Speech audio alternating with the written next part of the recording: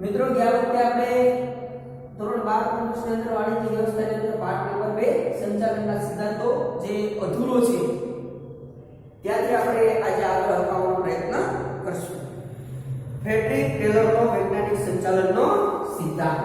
આ એક સંચાલન શાસ્ત્રી છે ફ્રેડરિક ટેલર, એમનો વૈજ્ઞાનિક સંચાલનનો સિદ્ધાંત. અહીંથી આપણે આગળ જોઈએ તો સૌપ્રથમ એમનો અર્થ.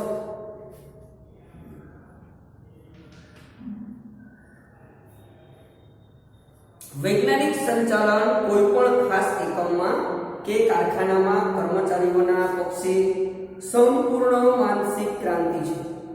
તેઓની તેમના કાર્ય ફરજો, સહાયકર્તાઓ અને માલિકો પ્રત્યેની સંપૂર્ણ માનસિક ક્રાંતિ છે. વૈજ્ઞાનિક સંચાલનની વ્યાખ્યા આપતા ફ્રેડરિક ટેલર જણાવે છે કે તમે માણસો પાસે શું કરાવવા માંગો છો તે જાણવું અને તેઓ ચોક્કસ રીતે તથા ઓછામાં ઓછા ખર્ચે કામ કરે તે જોવું એટલે વૈજ્ઞાનિક સંચાલન. વૈજ્ઞાનિક સંચાલનનો અર્થ આપતા તે કહે છે, શું કહે છે કે તમારે માણસો પાસે શું કરાવવાનું છે અને તેઓ ચોક્કસ રીતે ઓછામાં ઓછા ખર્ચે એ કેવું કામ કરે છે એને જોવું, એમને કહેવાય વૈજ્ઞાનિક સંચાલન. ફ્રેડરિક ટેલર પોતે પણ એક એન્જિનિયર હતા. એને કારણે તેમના અભ્યાસને આધારે તેમણે ઘણું બધી સંશોધન કરીને કીધું કે કામદારોને ઊંચા અને ઉત્તેજક વેતન દર નહીં મળે ત્યાં સુધી તેઓ કાર્યદક્ષતાથી કામ નહીં કરી શકે.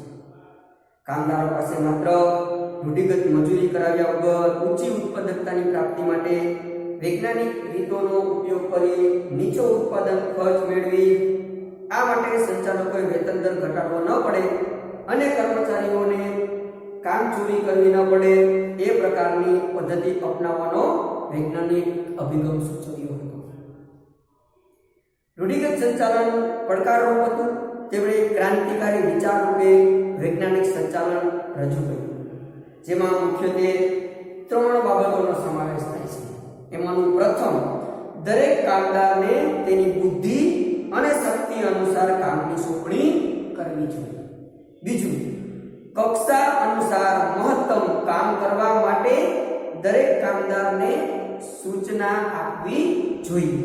અને ત્રીજું, ઝડપથી કાર્યદક્ષ રીતે કામ કરનાર દરેક કામદારને તેની કક્ષાના વેતન કરતા 30% થી લઈ અને 100%ના દરે વધુ વેતન આપવું જોઈએ. આ 3 વાતોના તે હિમાયતી હતા કે જો એવું આ 3 બાબતોને ધ્યાનમાં રાખી અને એને આપણે આપણા એકમની અંદર અનુસરશું તો આપણું સંચાલન છે એ વૈજ્ઞાનિક ઢબે થવા લાગશે. હવે વૈજ્ઞાનિક સંચાલનના સિદ્ધાંત, એમાં પહેલું કે વૈજ્ઞાનિક પદ્ધતિઓ અપનાવવી. બીજું, આયોજન અને અમલીકરણ છે એને જોવું અને એમની પાસે ખાસ કરાવવું. ત્રીજું, કાર્યનું વિશ્લેષણ કરવું. ચોથું, પ્રમાણીકરણ કરવું. પાંચમું, વૈજ્ઞાનિક પસંદગી અને તાલીમ આપવી. છઠ્ઠું, નાણાકીય ઉત્તેજન આપવું. સાતમું, કરકસર કરવી. આઠમું, માનસિક ક્રાંતિ લાવવી. આ 8 મુદ્દાઓ દ્વારા વૈજ્ઞાનિક સંચાલનના સિદ્ધાંતો ફ્રેડરિક ટેલરે આપણને સમજાવ્યા છે. માં ઘણા બધા સિદ્ધાંતો છે માનવના વર્તણૂક પર આધાર રાખે છે. જેમ કે પ્રમાણીકરણની અંદર પોતે જે કર્મચારી છે એ પ્રામાણિક હોવો જોઈએ, નિષ્ઠાથી કામ કરવો જોઈએ. ધીમે ધીમે પોતાની કાર્યક્ષમતામાં વધારો આવે એવા પ્રયાસો કરવા જોઈએ, જેથી તેને ઊંચું વેતન પણ મળે અને માલિકને પણ સંતોષ થાય. એવો જ એક બીજો પોઈન્ટ છે નાણાકીય ઉત્તેજન. જેટલું કામ કરો એટલો પગાર મળે, તેમજ અમુક સમય અંતરે એમને બોનસ આપવું, પિકનિકોનું આયોજન કરવું, ફરવામાં લઈ જવા, કાંઈક એવા દિવસો ઉજવવા કે ગિફ્ટો આપવી. આ રીતે નાણાકીય ઉત્તેજન પણ જે કર્મચારીઓ છે એમને અવારનવાર મળતા રહેવું છે. ત્યારબાદ કરકસર, એ પણ એક સરસ મજાનો પોઈન્ટ આપ્યો છે વૈજ્ઞાનિક સંચાલનની અંદર કે ઓછામાં ઓછા ખર્ચે વધુમાં વધુ કરકસર કરી પડતર હોય એ પડતર પર અંકુશ મેળવી અનેક પદ્ધતિઓ અપનાવી વિચલનો શોધી એમનો અભ્યાસ કરી અને પછી ઉત્પાદન ઓછા ખર્ચે વધુ ઉત્પાદન કરવું. અને આવું કરવાથી માનસિક ક્રાંતિ આવે છે. માલિકો અને મજૂરોની વચ્ચે ધ્યેયની સિદ્ધિ માટે માનસિક ક્રાંતિ થાય છે અને માનસિક સમાનતાથી માલિકો અને કામદારો વચ્ચે તણાવમાં ઘટાડો થાય છે અને ધ્યેય સિદ્ધિ છે એમને આપણે સરળ બનાવી શકીએ છીએ. તો હવે આ વૈજ્ઞાનિક અભિગમ છે, બરાબર, એ સિદ્ધાંતોની પ્રયુક્તિઓ છે.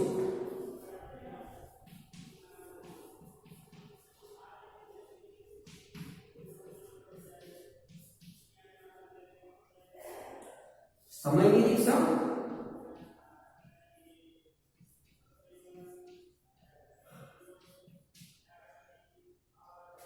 ગતિ નિરીક્ષણ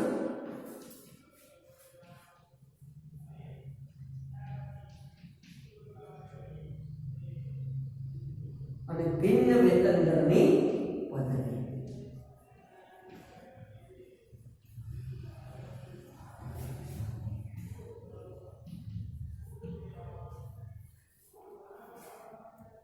કોઈ પણ કાર્યનો ભાગ પૂર્ણ કરવા માટે જેટલો સમય લાગે તે અંગે વૈજ્ઞાનિક રીતે કરવામાં આવતા અભ્યાસને સમય નિરીક્ષણ તરીકે ઓળખવામાં આવે છે.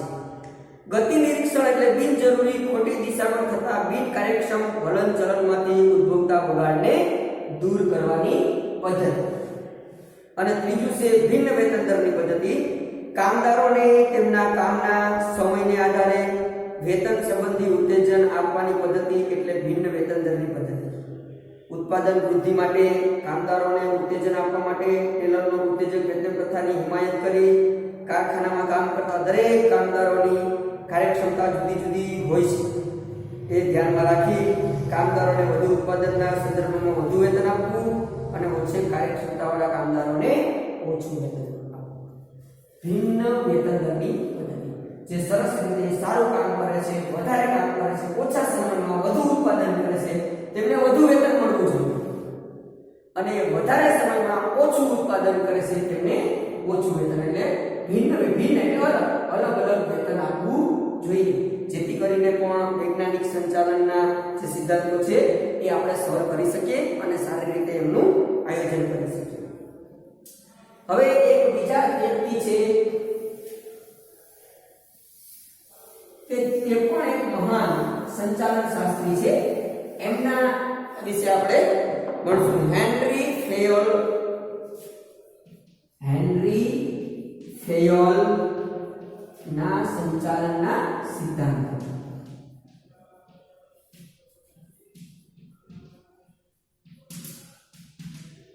હેનરી ફેયોલ આ પણ એક મહાન સંચાલન શાસ્ત્રી છે, બરાબર, કે ટેલર બાદ ફ્રેડરિક ટેલર બાદ બીજા એક વ્યક્તિ છે જેમનું નામ છે હેનરી ફેયોલ. એમને પણ સંચાલનના સિદ્ધાંતો આપ્યા છે. એમણે સંચાલનના સિદ્ધાંતોને કુલ 6 મુદ્દાઓની અંદર આપણને રજૂ કર્યા છે. કયા મુદ્દાઓ છે?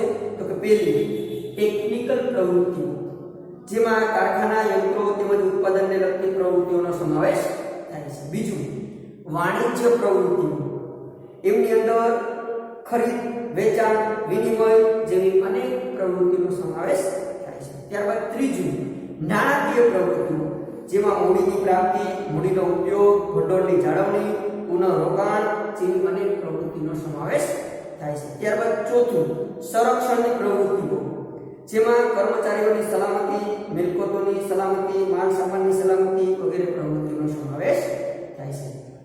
પાંચમું હિસાબી પ્રવૃત્તિઓ, જેમાં નાણાકીય હિસાબોમાં પત્રકો, જરૂરી આંકડાની માહિતી મેળવવી અને એમને શેર કરવી. ત્યારબાદ છઠ્ઠું સંચાલકીય પ્રવૃત્તિઓ, જેમાં આયોજન કરવું, વ્યવસ્થા તંત્ર ગોઠવવું, દરોણ આપવી, સંકલન કરવું, અંકુશ, આ બધી પ્રવૃત્તિઓનો સમાવેશ સંચાલકીય પ્રવૃત્તિઓની અંદર થાય છે. હેનરી ફેયોલ છે એમને સંચાલનના સિદ્ધાંતો છે, ટોટલ એમણે 14 સિદ્ધાંતો આપ્યા છે આપણને. એ 14 સિદ્ધાંતોની અંદર જોઈએ તો પ્રથમ છે શ્રમ વિભાજનનો સિદ્ધાંત, સત્તા અને જવાબદારીનો સિદ્ધાંત, શિસ્ત અંગેનો સિદ્ધાંત, દોરવણીની એક વાક્યતાનો સિદ્ધાંત, હુકમની એક વાક્યતાનો સિદ્ધાંત, દોરવણીની કર્મચારીઓનો યોગ્ય વેતનનો સિદ્ધાંત, સામાન્ય હિતને વધુ અને વ્યક્તિગત હિતને ગૌણ સ્થાન આપવું, કેન્દ્રીકરણનો સિદ્ધાંત, સત્તાની રેખિક સાંકળનો સિદ્ધાંત, વ્યવસ્થાનો સિદ્ધાંત, સમાનતાનો સિદ્ધાંત, સ્થિર કર્મચારી ગણનો સિદ્ધાંત, પહેલ વૃત્તિનો સિદ્ધાંત અને જૂથ ભાવનાનો સિદ્ધાંત. ટોટલ 14 સિદ્ધાંતો રજૂ કર્યા હતા. જો આ 14 સિદ્ધાંતો પ્રમાણે કર્મચારીઓ છે એ અને એમની સાથે રહેલા જે માલિકો છે એ કામ સરળતાથી કરે તો એકમ 100% ધ્યેય સુધી આરામથી પહોંચી શકે છે. આ 14 સિદ્ધાંતોની અંદર આપણને એમને સરસ રીતે સમજાવ્યું છે અને આપણને એ 14 સિદ્ધાંતો દ્વારા પેઢી છે, એકમ છે, કેવી રીતે ધ્યેય સુધી પહોંચી શકે છે એના માટેના પ્રયાસો હેનરી ફેયોલ દ્વારા કરવામાં આવેલા છે. હેનરી ફેયોલ છે એ પણ એક મહાન સંચાલન શાસ્ત્રી છે. ત્યારબાદ ત્રીજું નામ છે Peter F Drucker. Peter F Drucker તેઓ પણ એક સંચાલન શાસ્ત્રી છે. પીટર એફ ડ્રકર 1909 થી લઈ અને 2005 સુધી ખૂબ જ પ્રખ્યાત એક સંચાલન શાસ્ત્રી તરીકે ખ્યાતિ પ્રાપ્ત લેખક છે, ચિંતક છે અને કેળવણીકાર પણ છે કે હતા. વૈશ્વિકરણને કારણે સમગ્ર વિશ્વની ધંધાકીય વ્યવસ્થાઓમાં પરિવર્તન આવ્યું અને એને કારણે સંચાલનની નવી નવી પદ્ધતિઓ છે એમનો વિકાસવાની આવશ્યકતા ઊભી થઈ. પીટર એફ ડ્રકર માનવ સંપત્તિને ધંધાકીય એકમમાં વિશેષ મહત્વ આપતા હતા અને ખાસ તેમના હિમાયતી હતા. પીટર એફ ડ્રકરના મુખ્ય પ્રદાનમાં ધ્યેયલક્ષી સંચાલન અને સ્વનિયમનો સિદ્ધાંત, ધ્યેયલક્ષી સંચાલન, ધ્યેયલક્ષી સંચાલન અને બીજો એમનો સરસ મજાનો સ્વનિયમનનો સિદ્ધાંત, સ્વનિયમનનો સિદ્ધાંત. આ બંને એમના મુખ્ય મુદ્દાઓ છે કે ધ્યેયલક્ષી સંચાલન, ધ્યેય હોવું જોઈએ અને બીજું છે સ્વનિયમનનો સિદ્ધાંત કે પોતે પોતાની રીતે જ એ કામ કરવા માટે પ્રેરાવો જોઈએ. ધ્યેયલક્ષી સંચાલન વિશે તેઓ જણાવે છે કે હેતુને સિદ્ધ કરવા માટે કર્મચારીઓ અને સંચાલકોના ધ્યેયોમાં એક સૂત્રતા હોવી જોઈએ. કર્મચારી બોલે એ જ માલિક પણ બોલવો જોઈએ અથવા તો માલિક અને કર્મચારી બંને વચ્ચે સંકલન હોવું જોઈએ અને બંનેના ધ્યેય એક સરખા હોવા જોઈએ અને ધ્યેયમાં એક સૂત્રતા હોવા જોઈએ. જુદા જુદા ધંધાકીય સ્વરૂપના એકમો માટે ધ્યેયલક્ષી સંચાલન ખૂબ જ અસરકારક નીવડી શકે છે. તેઓનું પ્રદાન માનવ સંસાધન સંચાલનમાં, બજાર સંચાલન અને તણાવ સંચાલન માટે પણ મુખ્ય રહેલું છે. તેથી જ પીટર એફ ડ્રકરને આધુનિક સંચાલનના પિતા તરીકે ઓળખવામાં આવે છે. મિત્રો, સંચાલનના સિદ્ધાંતોની વાત આપણે આ બીજા પ્રકરણની અંદર કરી કે જેમના મહાન જે સંચાલન શાસ્ત્રીઓ છે જેમ કે હેનરી ફેયોલ છે, પીટર એફ ડ્રકર છે. આગળ પણ આપણે જે હેનરી ફેયોલ, પીટર એફ ડ્રકર આવા જે મહાન જે સંચાલન શાસ્ત્રીઓ છે, ફ્રેડરિક ટેલર છે, એના વિશે ત્રણેય સંચાલન શાસ્ત્રીઓ વિશે આપણે આરામથી, સરળતાથી, સહજથી આ પાઠની અંદર એમે આપણે આપેલા સિદ્ધાંતો છે એમના વિશે ભણ્યા અને અહીંયા આપણું આ બીજું પ્રકરણ છે એ પૂરું થાય છે. બીજા પ્રકરણને અંતે આપેલા સ્વાધ્યાયના પ્રશ્નો છે, વિકલ્પો છે, એમના જવાબો તમારે બુકમાં લખવાના છે અને ખુલતા વેકેશનની અંદર અમને બતાવવાના છે. ત્યારબાદ ફરી પાછા આપણે આવતા અઠવાડિયે મળશું ત્યારે પાઠ નંબર 3 અને એનું ટાઇટલ છે પ્લાનિંગ એટલે કે આયોજન. જે પહેલા પાઠની અંદર આપણે ભણ્યા હતા આયોજન, દોરવણી, વ્યવસ્થા તંત્ર, એને હવે આપણે આગળ વિસ્તારથી ભણશું. તો આવતા અઠવાડિયે આપણે પાઠ નંબર 3 આયોજન વિશે ભણશું.